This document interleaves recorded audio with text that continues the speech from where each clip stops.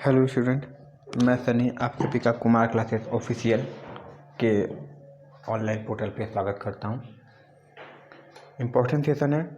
आज हम लोग देखने वाले हैं थ्री फेज सिस्टम, यानी जितने भी थ्री फेज सिस्टम से जितने भी एक चैप्टर होता है थ्री फेज सिस्टम, जिसमें हम लोग सारे बस R/B के बारे में ही गणना करते हैं। पावर क्या होता है, तो स्टार डेल्टा में वोल्टेज कितने होते हैं, कितने नहीं होते हैं, बैलेंस कंडीशन, अनबैलेंस कंडीशन, जो भी देखेंगे इसी सेशन में देखने वाले हैं।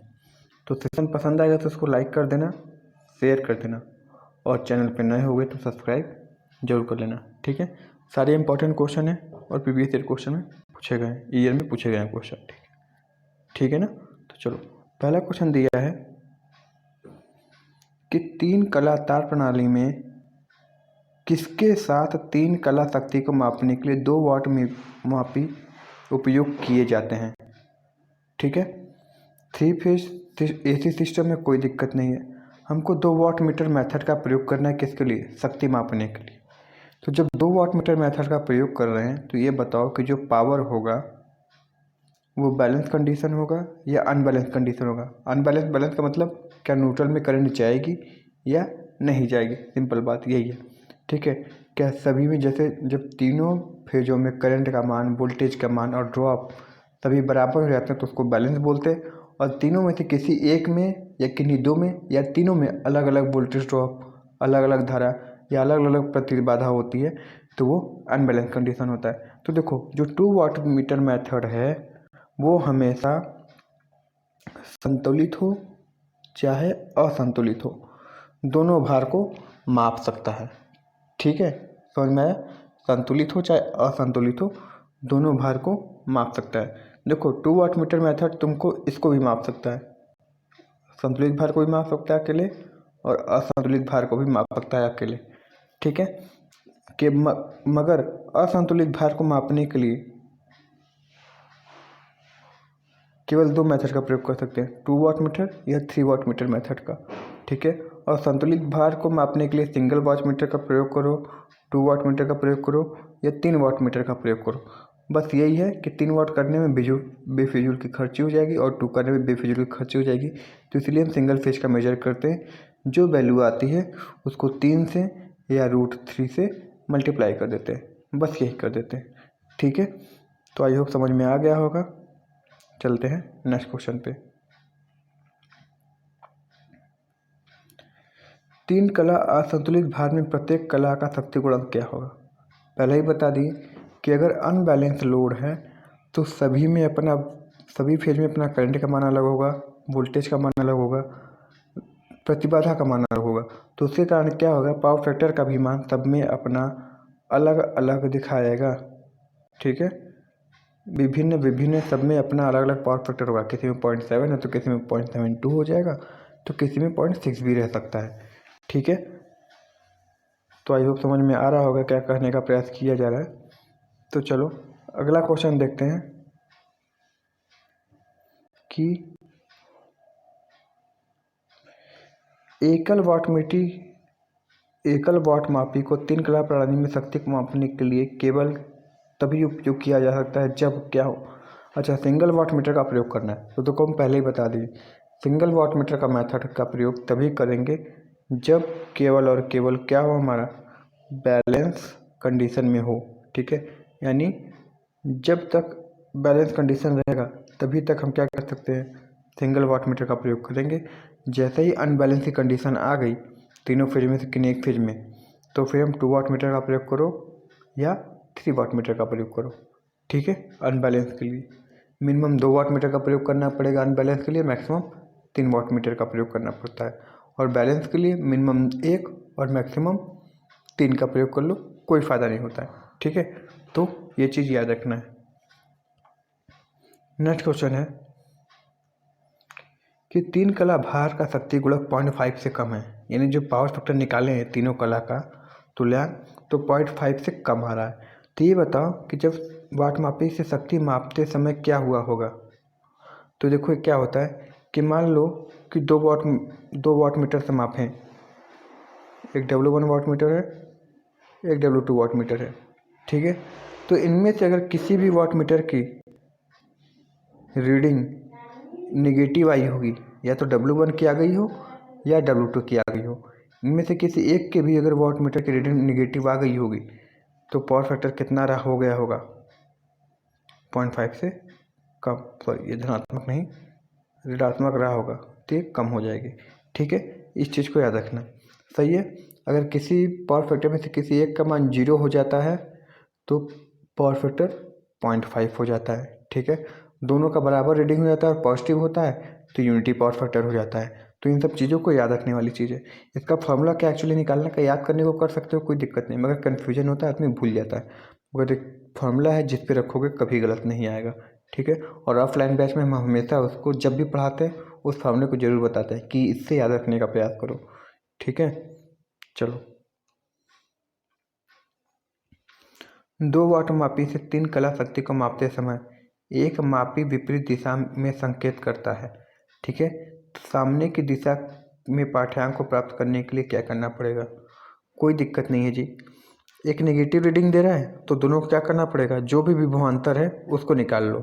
ठीक है, तो कुल कौंडलन में जितने भी विभवांतर है उसको निकालो। विभवांतर का मतलब जो भी अंतर आ रहा है उसके निकाल लो, यानी परिवर्तित उपकरण की विभवांतर कुंडलन को विपरीत करें। ठीक है, तो क्या हो जाएगा, इससे तुम्हारी रीडिंग फिर सही हो जाएगी। ठीक है ना, यानी जो भी माइनस आ रहा है उसको रिजल्टेंट करके निकाल दो। ठीक है ना, तो क्या हो जाएगा यहाँ पे, विपरीत उपकरण का विभवांतर कुंडलन को सही करें। ठीक है, अच्छा देखो क्या बोल रहा है, एक मापी विपरीत दिशा में दिखा रहा है। अब विपरीत दिशा दिखाने का मतलब फिर वही कहानी होगी कि सर जी जो W2 की वैल्यू है वो हमारी माइनस की दिशा में है, यानी सर जब इस वाले जो रीडिंग लाया इसका वैल्यू कितनी होगी सर, जब भी होगा हमारे 0.5 से कम ही होगा पावर फैक्टर का मान। ठीक है, पावर फैक्टर का मान 0.5 से कम ही होगा, तो ऐसे इसको याद रखना है। ठीक है, चलो नेक्स्ट क्वेश्चन देखते हैं।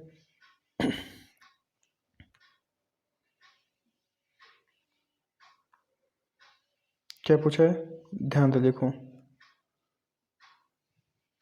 कि 2 वाट मीटर में विधि में कौन सा फार्मूला प्रयोग होता है। देखो वही फार्मूला जो बता रहा है, जो ऑफलाइन बैच में देखते पढ़ाते हैं कि इसका आप प्रयोग करोगे, कभी भूलोगे तो इस पे रख देना, निकल जाएगा। नहीं याद किए रहोगे, अगर कभी याद में मिस्टेक में इधर उधर सिली मिस्टेक्स हो गई तो गलत हो जाएगा, कभी सही नहीं होगा। तो इसका फार्मूला हम बताते हैं हमेशा कि फाई बराबर tan−√3 W1 minus W2 upon W1, sorry इसको लिखना चाहें तो यहाँ पर लिख देते हैं ना, फाई बराबर tan−√3 W1 minus W2 upon W1 plus W2। ठीक है, ये फार्मूला है। तो कहाँ मिल रहा है, देखो √3 की वैल्यू कितनी होती है 1.732, और इसका सही आंसर क्या हो जाएगा हमारा, ऑप्शन नंबर बी, क्योंकि साफ साफ देख सकते हो फाई बराबर tan−√3 की वैल्यू रख दिया है और W1 माइनस W2 किया है अपॉन W1 प्लस W2 किया है, तो इसका क्या सही आंसर हो जाएगा, ऑप्शन बी सही आंसर हो जाएगा। और हमेशा इससे ज़्यादा क्वेश्चन पावर फैक्टर निकालने का प्रयास करना, ये याद मत कर लेना कि दोनों की रीडिंग अगर सेम है और पॉजिटिव है तो यूनिटी पावर फैक्टर होगा। इसको तुम इसमें रख के देखना, W1 बराबर W2 करके हमेशा वही रीडिंग आएगी, यूनिटी वाली ही। ठीक है, चलो नेक्स्ट देखते हैं। एक संतुलित त्रिकला द्वारा संयोजित प्रणाली में कला वोल्टेज और लाइन वोल्टेज क्या होती है। देखो फेज वोल्टेज क्या होता है पहले ही बताए हैं, फेज वोल्टेज क्या होता है, ये फेज है, ये न्यूट्रल है।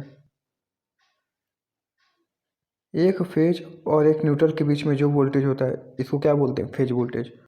और दो फेजों के बीच में जो वोल्टेज होता है उसको क्या बोलते हैं, हम लाइन वोल्टेज बोलते हैं। इसको VPH से दिखाते हैं, इसको VL से दिखाते हैं। ठीक है, ये चीज़ याद रखना, लाइन वोल्टेज फेज वोल्टेज किसको कहते हैं।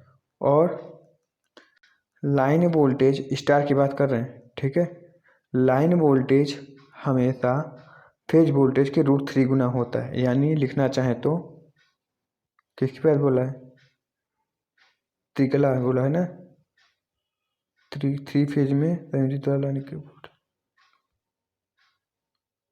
एक संतुलित थ्री फेज द्वारा संयोजित प्रणाली में कला वोल्टेज और लाइन वोल्टेज के बीच का संबंध। किसका बोला? नहीं, स्टार बोला है कि डेल्टा, ऐसा कुछ बोला है? नहीं बोला है। ठीक है, चलो अगर हम स्टार भी मान के चलें, ठीक है, अब देख ये क्या कहना चाह रहा है। तो वी एल बराबर, अगर नॉर्मल बात करें तो वी एल बराबर √3 वी पी एच होता है। ठीक है, इतना हो गया। मगर जो बैलेंस कंडीशन है, बोल दिया ना संतुलित है, ध्यान से पढ़ो, संतुलित बैलेंस कंडीशन है। तुमको पता है कि एक में जो वोल्टेज होगा, सॉरी, जो एक फेज, जो एक वोल्टेज में होगा,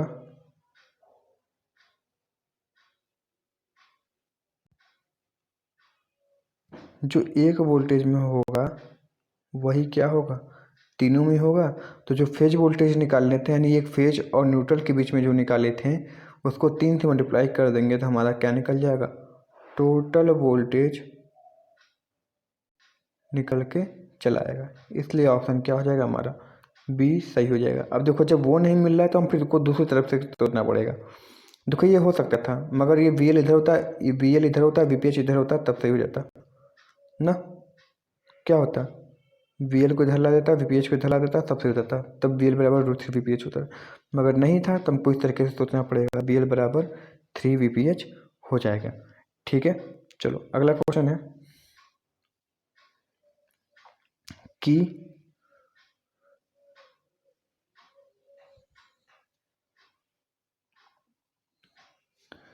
त्रिकला स्टार संयोजन में वोल्टता नीचे वर्णित जितनी होती है, कितनी, स्टार संयोजन में वोल्टता नीचे वर्णित जितनी होती है। तो एक ही कहानी है, वी एल बराबर √3 वी पी एच। तो √3 वी पी एच कहाँ है, ऑप्शन सी सही हो जाएगा। ठीक है, क्वेश्चन देखो अभी साफ साफ नहीं बोला कि वी एल और वी पी एच के बीच में बताओ, मगर वोल्टता नीचे वर्णित जितनी होती है, लगभग कितनी होती है, तो √3 के बराबर ही होती है। ठीक है, 1/√3 नहीं होता है, सही ना। तो इस सेंस पे लेके इसका आंसर मारा जाएगा सी, और सी सही है। ठीक है, चलो अगला क्वेश्चन देखते हैं। एक 3 फेज प्रणाली में सक्रिय विद्युत की गणना निम्न में से किस रूप में की जाती है। देखो दो फॉर्मूले होते हैं और दोनों इंपॉर्टेंट है। पहला क्या, ध्यान से देखो, पहला क्या होता है,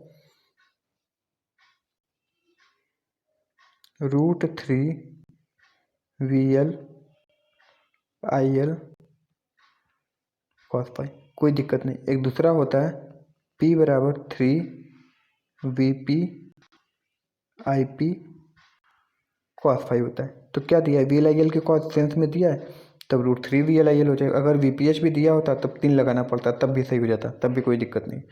तो क्या दिया है, √3 V L I L cos phi, कहाँ दिख रहा है हमको, तो दिख रहा है ये ऑप्शन नंबर सी में दिख रहा है, इसलिए ऑप्शन नंबर सी, P बराबर √3 की value 1.732 V L I L cos phi हो जाएगा।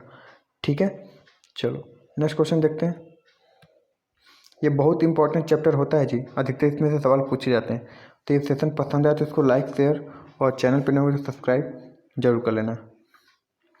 क्या बोला है कि एक वाट मापी है 15/30 एम्पियर है और 300/600 वोल्ट अंकित है। ठीक है, उसकी मापनी 4500 वाट तक अंकित है। जब मापी को 30 एम्पियर 600 वोल्ट से संयोजित किया जाता है तो सूचक में 200 वाट दिखाई देता है। तो परिपथ में वास्तविक शक्ति कितनी है। देख क्या बोला है, ध्यान समझना। ये तो स्केल हो गया 4500 तक, कितने नहीं मतलब है।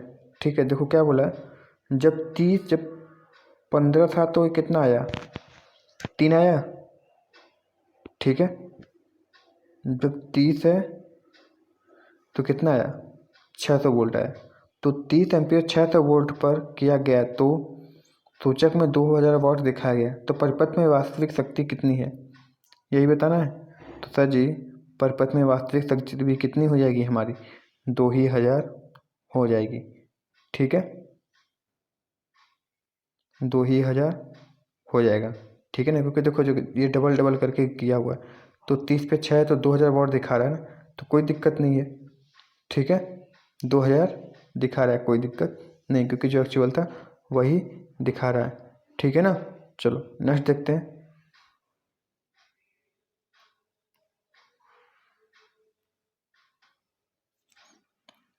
अब देखो क्या पूछा है कि 3 चरण पद्धति में वोल्ट एम्पियर निर्धारण किसके द्वारा किया जाता है। वोल्ट एम्पियर की बात बोला है जी, वोल्ट एम्पियर यानी क्यू की बात बोल रहा है ना। वोल्ट एम्पियर यूनिट किसकी होती है, अपैरेंट पावर, जिसको आभासी शक्ति बोलते हैं, यही बोलते हैं ना। तो क्या हो जाएगा, 3 फेज की बात किया, कोई दिक्कत नहीं, volt V L I L तो रहेगा, अब कॉस फाई नहीं लगेगा, क्योंकि ना इसमें कॉस फाई होता है ना इसमें कॉस फाई होगा, बस सारी कहानी वही हो जाएगी, √3, ठीक है। P बराबर √3 वी एल आई एल हो जाएगा, ठीक है। तो ऑप्शन क्या हो जाएगा हमारा, ऑप्शन डी सही हो जाएगा, √3 वी एल आई एल, ठीक है। चलो अब यहाँ पे 3 लगा, कोई दिक्कत नहीं, ये भी सही हो जाता था, हो सकता था, मगर यहाँ पे तुमको P लगाना चाहिए था, VPIP, ठीक है ना। चलो नेक्स्ट क्वेश्चन देखते हैं। फेज करंट क्या होता है, RYB होता है, तो क्या हो जाएगा, ऑप्शन ए RYB सही हो जाएगा। फेज क्रम नहीं होता है ना RYB, भाई फेज क्रम हो जाएगा। इसको चाहे तो ये भी लिख सकते हैं, कोई दिक्कत नहीं है।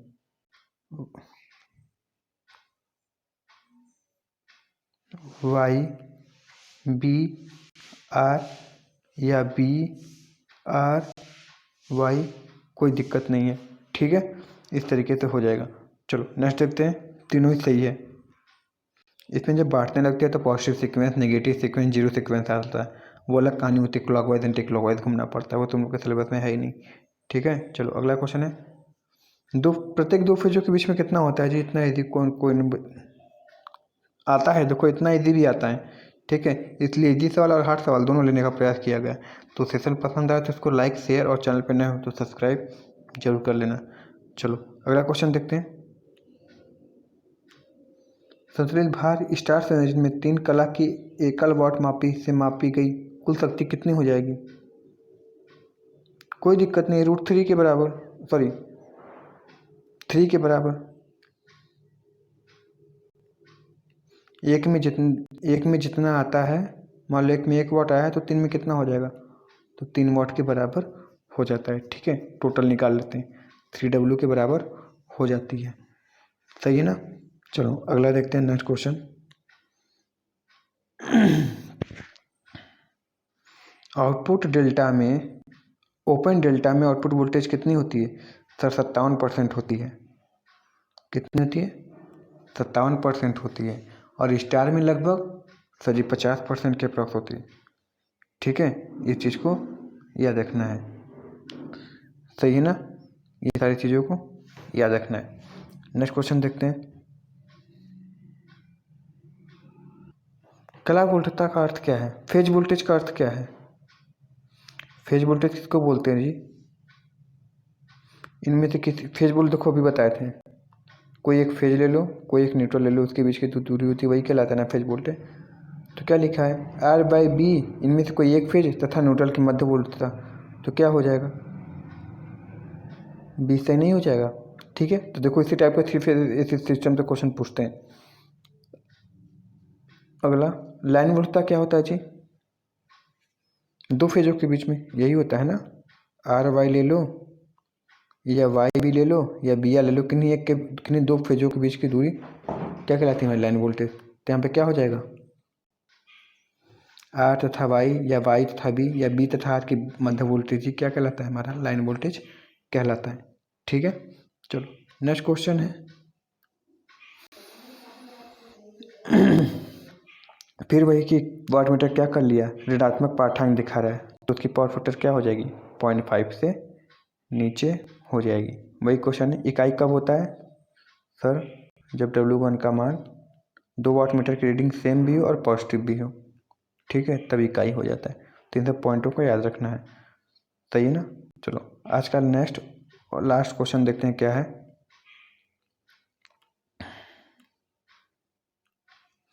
स्टार और डेल्टा कनेक्शन में संतुलित भार के लिए उपयोग किया गया पावर क्या होता है, वही पावर होता है जी, कोई दिक्कत नहीं है, √3 VL IL कॉस पाई। √3 को हर जगह 1.732 दिया है तो कन्फ्यूज मत होना। या फिर अगर वीपी में देता है तो क्या लिखता है, P बराबर 3 VP यानी phase voltage IP cos power. अगर ये रिएक्टिव पावर होता तो क्या लिखता, Q बराबर 3 VP IP साइन फाई। ये सारी चीज़ें वही रहेगी, ठीक है ना। तो आई होप समझ में आ गया होगा और आज का सेशन भी समझ में आया होगा। और ये सेशन पसंद आया जिसको लाइक कर देना, तो इस सेशन को बाबू लाइक कर देना, शेयर कर देना, और चैनल पर नए हुए तो सब्सक्राइब ज़रूर कर देना, ठीक है। लाइक शेयर तो ज़रूर कर देना जी। मिलते हैं नेक्स्ट वीडियो में। Thank you very much and all the very best.